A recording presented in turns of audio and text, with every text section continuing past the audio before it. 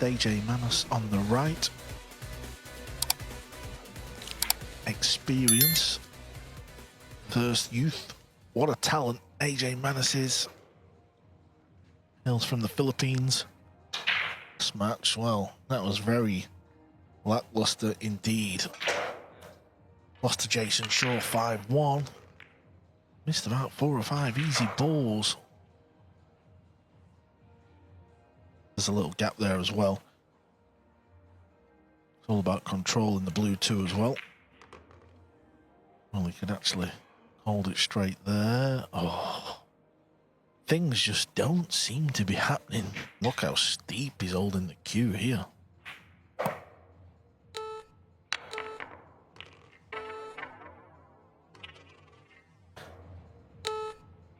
The pots, the long pots, just not delivering the cue through as he wishes. You know, like here, if you need a little inside, I think it becomes a little missable. I think straight high is okay. Better delivery there. Problem is, you'd like to pull the cue ball back, wouldn't you, Jeremy? But, you know, if you don't hit this clean, it'll rattle. Nicely done. Yeah, but you're not gonna... Gotta cross that bridge mentally, and that's how you get across it physically. Yeah, play your way out of the little slump that you're in. It's gonna get a little 50-ish.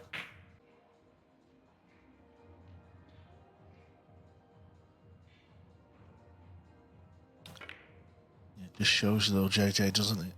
Table number 2. He's on their 4th match of the evening. It's the youngster Claudio catching against Aniat. Claudio's 4-2 up.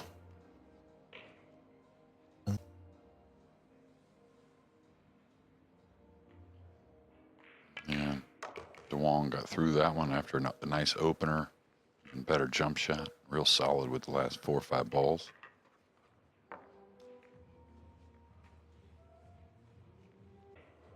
Okay, let's see what reply we've got here.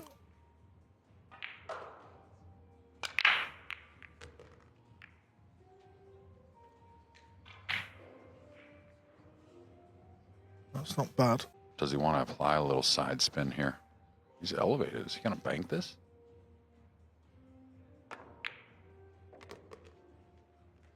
No problem.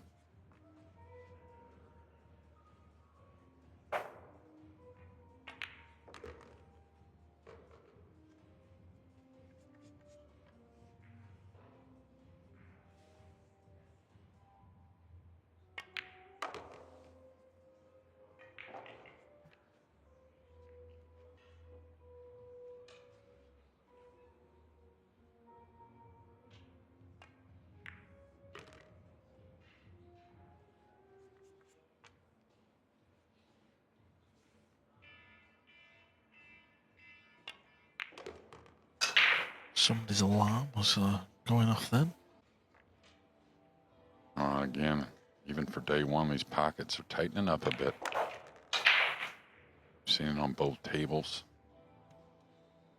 Yeah, players are practicing on the 2 TV tables as well in between sessions and in the morning, so that's going to help tighten them up. And over on table 2, Claudio catches a 9-ball in the corner and it hung up.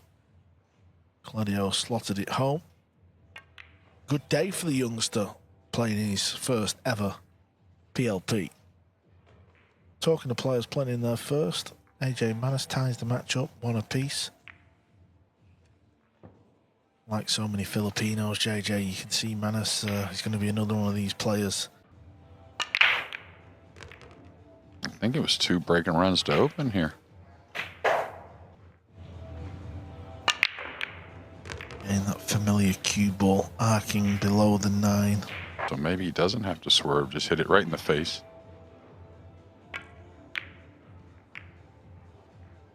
And just take your chances holding the cue ball on the bottom cushion.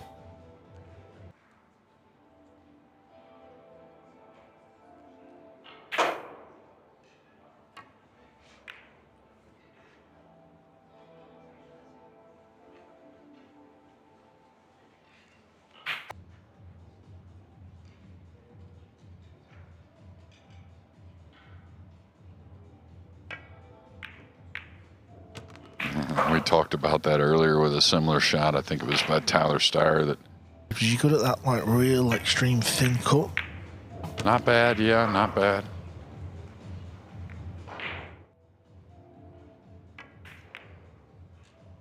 I wasn't ever considered, like, I don't know, straightest shooter. The rail seemed bigger than the pocket, that's for sure.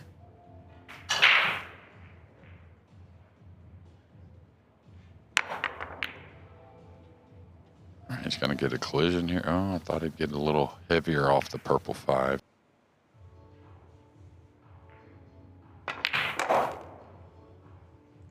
Yeah, one of the shots of the day there. Really good powering through.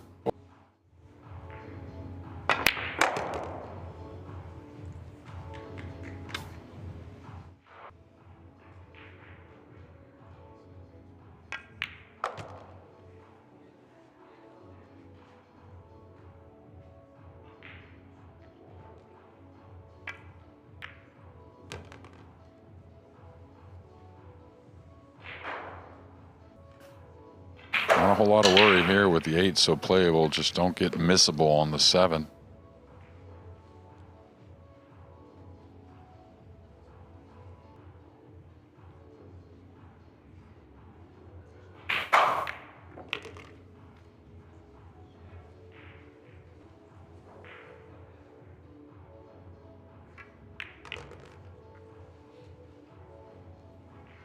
Lead.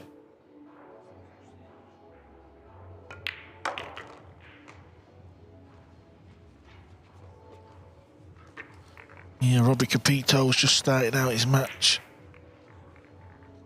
On tape. Easy side cushion, a little dicey, I would say, but gonna go with the short cue. Yeah, another good break there from young AJ.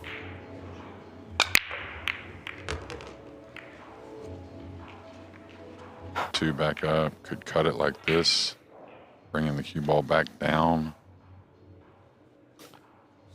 Yeah.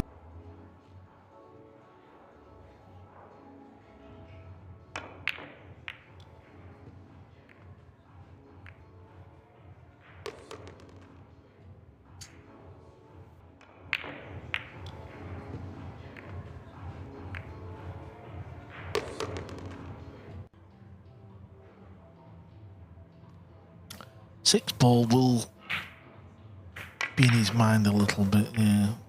Kind of threw his cue at that a little bit. He's going to get away with one.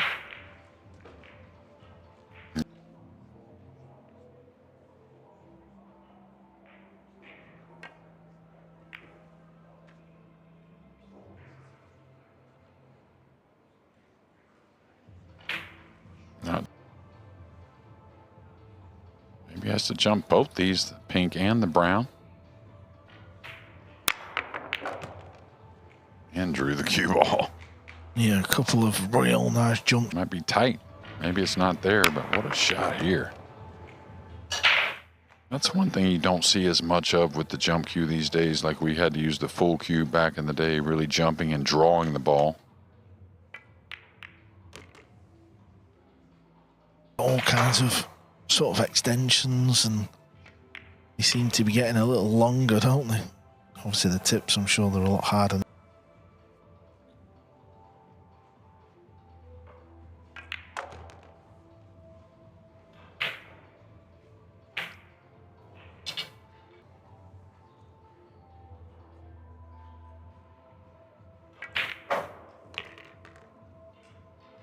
This is a lot. Wasn't at the races again, sure, was it?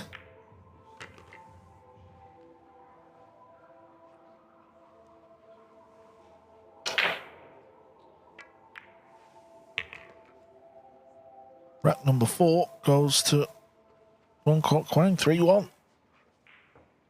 Seems a lot better at the table as well. Maybe a small break. Understood the game as well, didn't they? The oohs and the ahs in certain shots. There'd have been a few hours in Hanoi after that break. There's always kisses on the scratch, it seems, but when you get it down there by the corner or when you hit it too thick and the cue ball's coming one rail towards.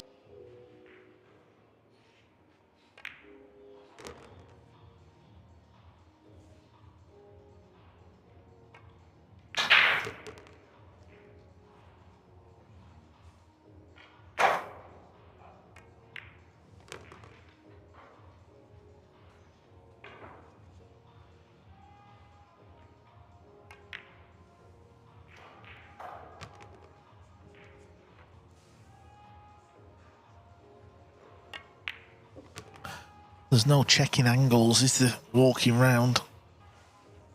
He knows when he's down on the shot. Just get it over here near the 7. I'll deal with it when I get there.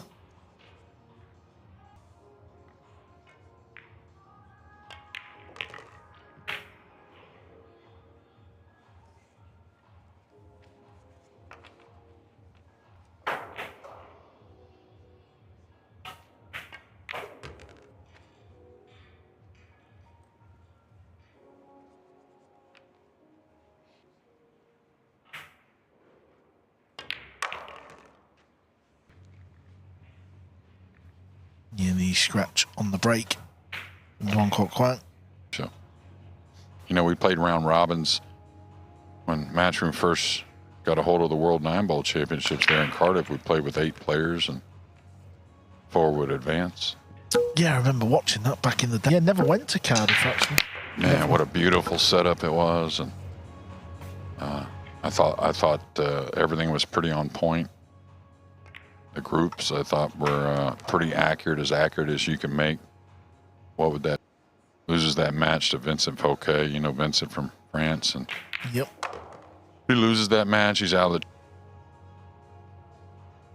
And then ends up winning the event.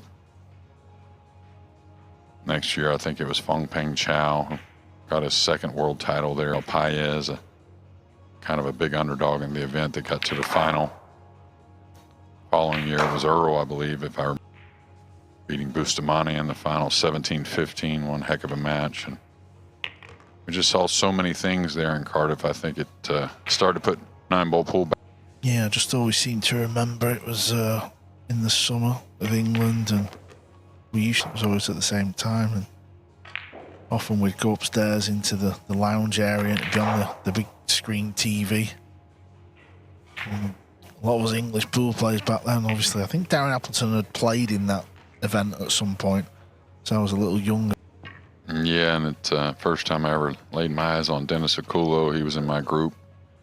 Maybe that was 2002, I believe. There's a lot of repicks for what would be 2027, I believe. Yeah, you come darting over. I thought we'd done something wrong at first, JJ. You come darting over, and it's like, shit, 4 years, AJ Manis will be the best in the world. Oh, that cue ball just, along with our match, tied up at 3 apiece. But yeah, Cardiff, it was sweet. We got to play Celtic Manor.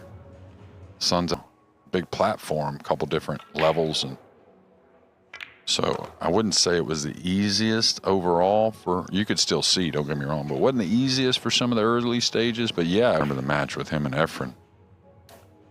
Pretty incredible. I think it was the semis maybe, or quarterfinals maybe. Didn't it? Yeah.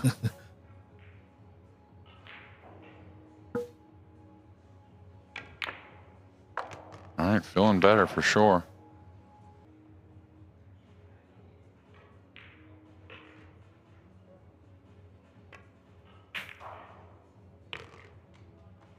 Amazing. Looks like a completely different play.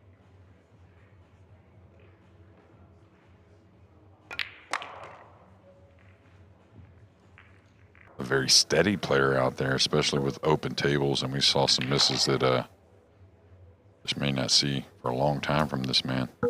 Yeah, took down the Scottish. We was there, Jeremy. A very strong field in a beautiful pool room in Scotland.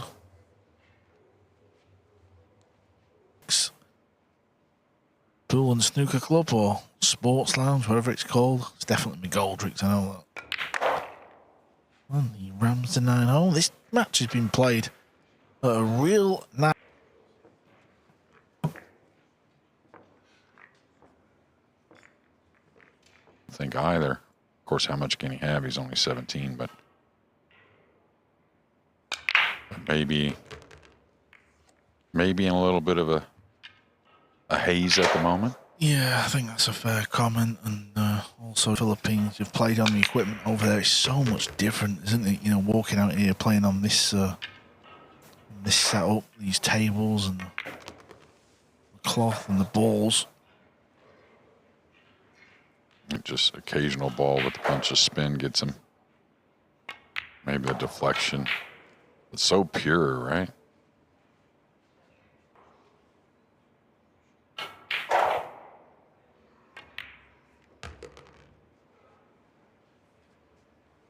Avoid the rail. Doesn't want to get flat on the 7, somewhat straight with the 8 up table. This is what I was talking about. This happens so often when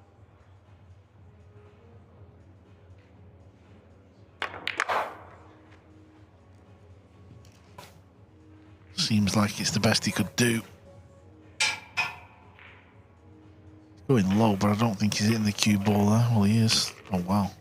How well did he cue that one, Jeremy? I mean, just when you go through the ball every time, I mean, when you fall comfortable, it's going to be good things. And all shots just tend to become very easy, it seems. Right, wouldn't he? And just come round and try to avoid the 9 ball. So it just shows.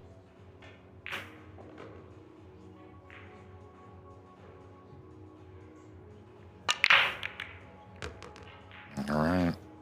2's come open. It's a wee bit thin. Cue ball control is going to be nasty. It's going to be flying across the width of the table. Yeah, and this overhead tells me he may get a really good snooker. May not be there, though. Not bad. Not bad. Former world #1 not long ago. Even look at Federer, who's what now, 20? Is he 26? Around that, yeah. 20s. Kachi, who's still 25, maybe? Yeah, another one mid-20s. Yeah, but just look at all the best players are young. You know, I mean, our sport is young as any, but, you know, not just AJ. Yeah, well, you know, we look at each other sometimes and we watch some of these matches and it makes us think, man, we should maybe be playing out there. And then we're easily reminded. It's nice to get the heart going, though. Freeze ain't done. This is coming back in front of him, maybe. Now it's going to dress up.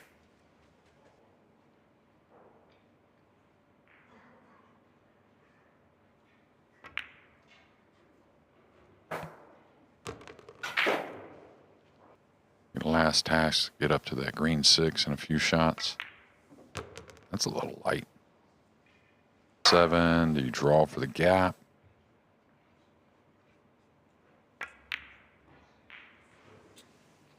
Well, when it mattered.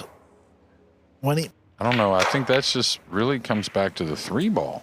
I mean, when you're in good position, you stay aggressive to stay in position on the next ball. You know, when you get a little out of line, that's when you kind of pull back on the reins a little bit. But I think the shot on the 3 is what mindful. You got to stun a little bit, it looks like. So be mindful of getting straight on the 6. He's going to fall a little straight here. Better get below it. Yeah, especially the 7's so accessible. You know, if the 7 somewhere else is different, but when it's accessible, get that quick position and watch out. You may get snookered. The cue ball's going to be here on the round 7 when he started this clearance. And you got to stay heavy on it. Easy to overcut. Oh, that's pretty pure. Show us another, AJ. Arguably. Which I think he does have. No, he's holding or drawing even.